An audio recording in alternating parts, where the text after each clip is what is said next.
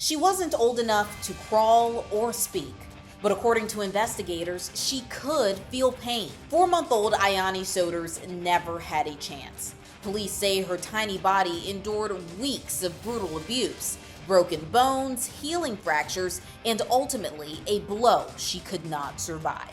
Investigators in Dauphin County, Pennsylvania say she was allegedly killed by her own mother and her mother's boyfriend, the ones who should have rocked her to sleep, but instead are accused of silencing her cries.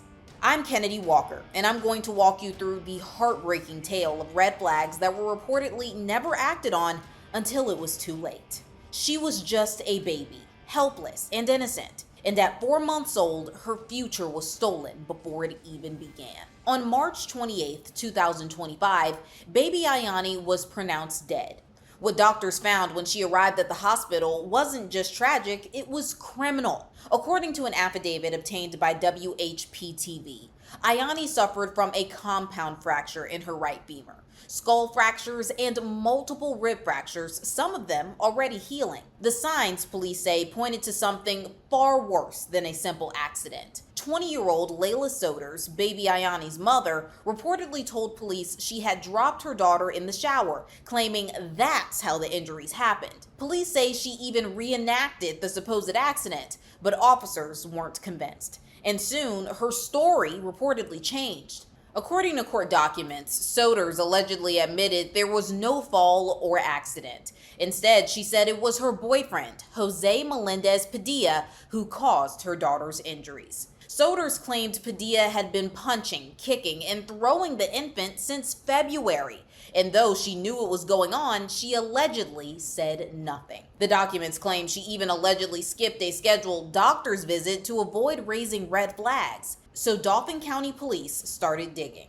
According to investigators, Jose Melendez Padilla allowed them to go through his phone. What they found, they say, was a disturbing look inside the mind of a man who reportedly never wanted that baby to begin with. One message allegedly read, quote, "I hate seeing her every day. I don't want her in our lives." In another message, Melendez Padilla is said to have texted, quote, "I hate that you felt her for 8 months, a life that is not ours. I would love to love her, but I swear I can't." Court records claim he even suggested Sounders give Ioni up for adoption, but she didn't. Instead, police say she continued to let her boyfriend stay. She even let him watch the baby alone. On March 22nd, just 6 days before Ioni died, Melendez Padilla allegedly told Sounders the baby had gone unresponsive. He claimed to have given her CPR, but still, no one called for help. Then, on March 27th, the day before the baby's death, Melendez Padilla reportedly sent another chilling message, pointing out that Ioni's right leg, the one with the fracture, looked much fatter than the left. But the next day, it was too late. On March 28th, baby Ioni died. The autopsy told the rest of the story, reportedly traumatic injuries to the head, neck, and chest, fractures across her tiny body, and swelling to the brain. The cause of death? Homicide. Both Melendez Padilla and Sounders have been charged with the infant's death. Melendez Padilla was charged with first-degree murder. Investigators later revealed he was in the United States illegally. Sounders, the baby's mother, is facing several charges, including third-degree murder, endangering the welfare of a child, and conspiracy. There was a candlelit vigil and balloon release for Ioni, a little girl who never had a chance. A tragedy that police say could have been stopped, but wasn't. I want to thank Odoo for sponsoring this news package. Odoo is an incredible all-in-one business management software that provides you with a range of applications. One of my favorite Odoo applications is their Projects app. Managing projects can be tough, but with Odoo's Projects app, it truly does not have to be. Need a clear timeline? The Gantt view maps out your tasks and helps you stay on track. Prefer a more flexible approach? Well, the Kanban view lets you move tasks easily from to-do to done. Or if you like structure, the list view gives you all the details at a glance. Plus, Odoo's comprehensive dashboard keeps you updated on task status, activities, and remaining time, so you're always in control. And with the powerful reporting tools, you can track your project's budget, milestones, and profitability in real time. Odoo Projects app helps you stay organized, meet deadlines, and boost productivity. So right now you can get a free 15-day trial of Odoo's all-in-one business solution and see how it can make your life easier. Scan the QR code on your screen or check it out at our link odoo.com/LC News Project. And joining me to talk more about this is legal expert Matt Mangino. Matt, thank you so much for coming on today. Let's just dive right in. Layla Sounders is facing charges of third-degree murder and conspiracy, while Jose has been charged with first-degree murder. Can you explain the legal difference between these two charges? Well, in Pennsylvania, first degree murder is the planned, premeditated murder of someone, and so it doesn't have to be something that's been planned out methodically. A plan, a getaway, all these different things. It can simply be, you know, using lethal force on a vital part of somebody's body, and in this instance, it's an adult man causing continuously over a period of time, serious injuries to this child that results in the child's death. So third degree murder is a lesser offense, uh, and it's a killing with malice.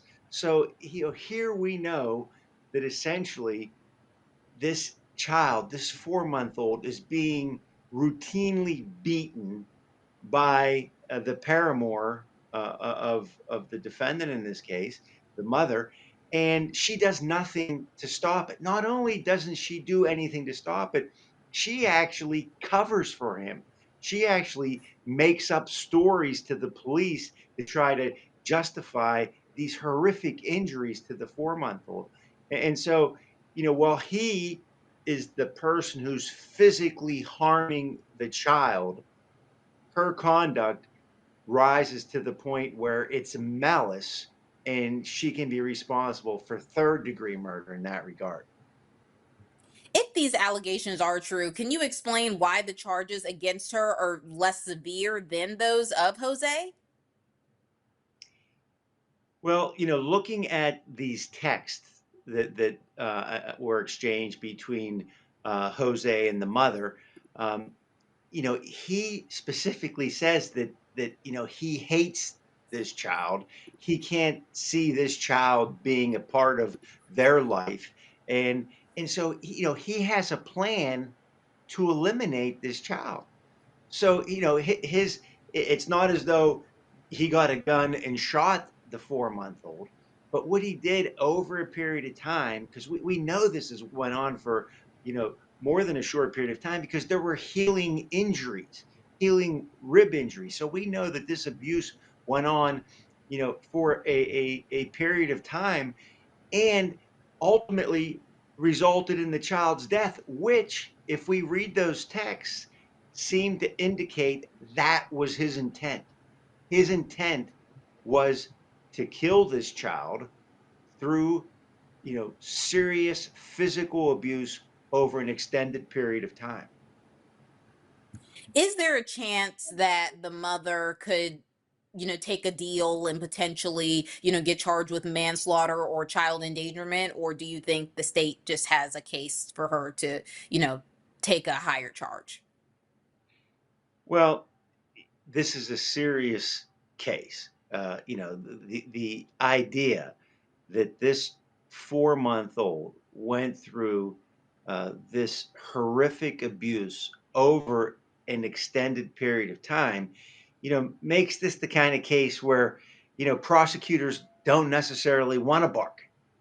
If they feel confident in their case, and we know not only are these injuries well documented and certainly not the result of falling in the shower or falling off the couch or being dropped. These are intentional acts to inflict serious bodily injury or death on this child, and we have this history of text messages which really shows his intent to eliminate this child from their relationship. I mean, he says, "I hate this child, and I can't imagine us being together with this child," and the child's dead. That's a premeditated murder. And let's just talk more about the evidence in this case. Reading the affidavit, they said there's text messages, there may even be pictures. Is this an open and shut case for the most part for the prosecution? Well, it's not an open and shut case because this isn't your typical first degree murder case when you're talking about the paramour here, okay? Because as I said a moment ago, it's not as though he got a gun and shot the child to death or stabbed the child to death. This is a pattern of abuse over a period of time. So, can he argue that I didn't intend to kill the child? I didn't intend this to result in death. I was abusive toward the child, but it was just because I was enraged because the child wouldn't stop crying, whatever that defense might be. So you know, could there be some doubt that it was his intent ultimately to cause his child's death? Because that's what first degree murder requires. It requires intent. It requires an intentional act of killing another human being, and that's what's alleged here. That by these texts, by the fact that he knew the child was in serious danger, having seizures and other things, and not taking that child immediately for treatment. The other side of the coin, with regard to the mother, is she knew this abuse was going on, and she entrusted this child yet again to the defendant on the day that the child died. I mean, that, from a mother is a horrific conduct. It's hard to even comprehend. It's one thing that the child was abused, and you didn't intervene to stop it. It's another thing to let that child stay with the abuser, and that's what she did. Yeah, the one thing about it, this story is definitely a tragedy. Any way that you look at it, it's just so, so sad. But let me ask you this: given the alleged history of violence, could the defense argue that Soders was under the influence or intimidated by her boyfriend? How likely is it that that would mitigate her charges if that is the case? Well, I'm sure that the defense is going to explore every possibility in this case, and they have that responsibility to zealously defend their client. Um, it's one thing to say, "Hey, I was afraid to leave because I was being abused myself." Okay, it's another thing when the police intervene and ask you what happened, and you say, the child fell in the shower while I was bathing the child. You know, you're with the police now. You're protected. You're away from this offender. So if he was abusing her as well, this was her opportunity to get out of that uh, harmful situation. So that's going to be tough to make that argument that she felt afraid and intimidated when she still lied to the police when she was interviewed. And just reading, in detail about the baby's injuries, it was truly horrific. Based on the evidence described, how significant are the injuries to the baby in determining the cause of death? And how do they support the homicide charge? Well, number one, you have healing injury. So this is an ongoing um, conduct of abusing this child. So you have fractured ribs, fractured skull, compound fracture of the femur. So you have devastating injuries. Some more than one that could possibly have caused this child's death. So a medical examiner is going to come forward and say, listen, these injuries could not have happened by anything else but an intentional act to injure, harm, kill this 4-month old. And so that's going to be important testimony in this case. Not only the cause of death, but the manner of death. It's a homicide because these injuries sustained over time caused the 4-month-old's death. And we touched on this a little bit in the beginning, the alleged text messages that the police read from Jose. Given those reported text messages, what role do communications like these play in the prosecution's case? Well, what it does is that it gives the prosecutors, it gives investigators, the defendant's state of mind. What was the defendant thinking at the time? And in this case, what the defendant was conveying was that he hated this child and he saw this child as a wedge in their relationship. So you can infer from that if he wants the relationship to continue, which it seems like, there's continued communication, then if she's not going to go to mother, then the child has to go. And I think that's what you can conclude from these text messages, that it was his intention to kill this child so he could continue a relationship without the child. If you were his attorney or the mother's attorney, how would you defend your client? Well, yeah, I think we touched on that a bit. From his perspective, the only thing that I think he can say, and is it going to be believable or even plausible to a jury, is that it wasn't his intention to kill this 4-month-old. I mean, if you read the report, it talks about him kicking kicking the 4-month-old, throwing the 4-month-old around. And punching. These and punching. So these aren't accidents. These aren't fits of rage where you slap a child because they won't stop crying. This isn't a situation where the child is unruly, and this is a 4-month-old. So I mean, let's think about it's not like the child could be acting up. That you throw the child on the couch or something. This is brutal, aggressive attacks to cause serious harm and ultimately death. But with that said, I'm sure the defense is going to say, "Hey, he did some bad things, but it wasn't his intent to kill. He didn't mean to harm the child. He was upset. He was whatever excuse they're going to come up with, but ultimately trying to convince the prosecutor early on, and maybe ultimately a jury someday, that it wasn't his intent to kill. From her Well, let me perspective, let me let me uh, ask you this for both of them. Well, do you mhm. think that maybe their defense attorneys will have them both undergo some type of psychological evaluation? Well, yeah, I think that has to happen, for both of them if they're willing to undergo that. I mean, you may look at, does the paramour have, some mental health problems? Does he have some, post traumatic stress disorder? I mean, there's a million different ways that you can go, but you're going to look at all those potential options. And with regard to the mother, what was her mental health? What was her mental state? Is she going to say, she didn't realize the gravity of the abuse? I mean, I think there was a photograph sent where the leg in which the femur was broken.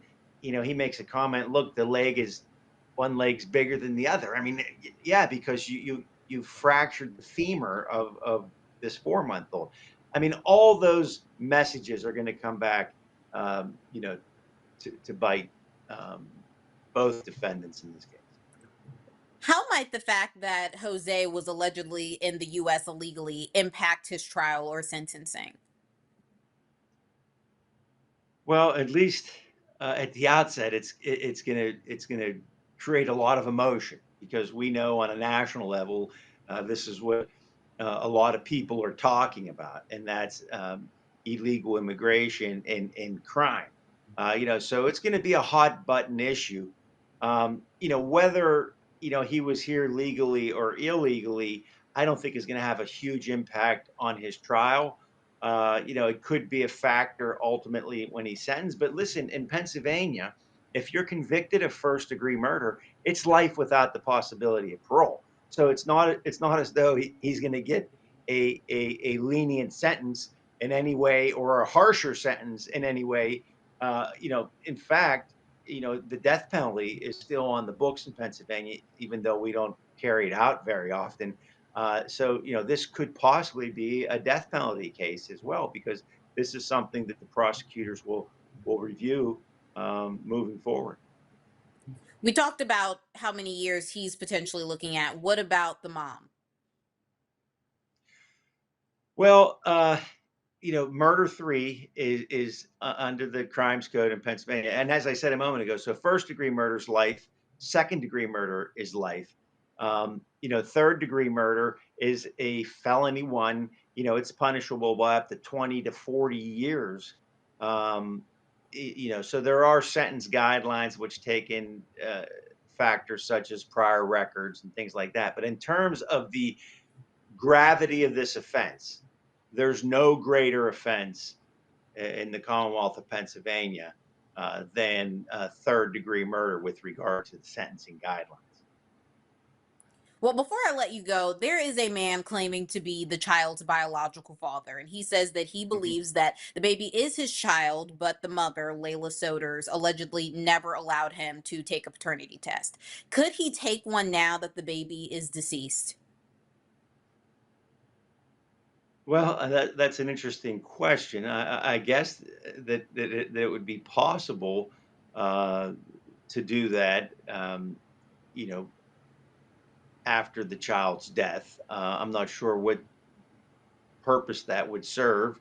Um, other than maybe putting him in a position to seek um, some sort of compensation for the death of the child.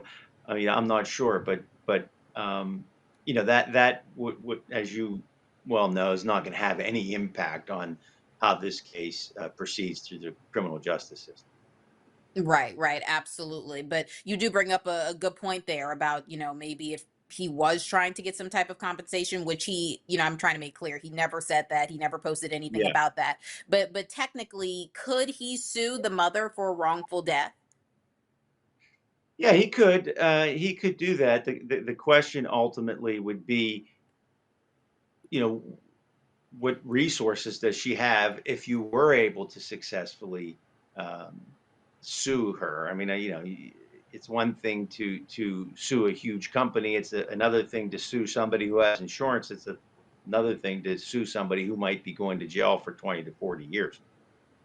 Right, right. Absolutely. Well, lastly, one last thing. Could anyone else be held liable if they knew about the alleged abuse? Like hypothetically, uh, let's say the Layla's mother and the grandmother, if she potentially Mhm. saw bruises or broken bones and didn't report anything, could she be held criminally liable as well? Well, in Pennsylvania, we have what are called mandated reporters. So, um, you know, a relative is not going to be a mandated reporter. So there's no legal obligation to do that. Now, let's say, for instance, she went to the doctor for for a regular checkup, and there was some bruising, and that wasn't reported to the child line of Pennsylvania. That would be a different story. But or teachers. But again, we're dealing with a 4 month old, so that's not going to be a factor. Um, but no, I don't. The family members, neighbors have no real responsibility legally to do anything like that. Great. Well, thank you so much, Matt, for coming on today. This is a story that we will definitely be following. I appreciate it. Well, thank you, Kennedy. A man claiming to be Ioni's biological father told local media that he is heartbroken about the infant's death. He claims that Layla Sounders, the child's mother, would not let him be around the baby. Sounders has not been given a bond and remains in jail. For Law and Crime, I'm Kennedi Walker.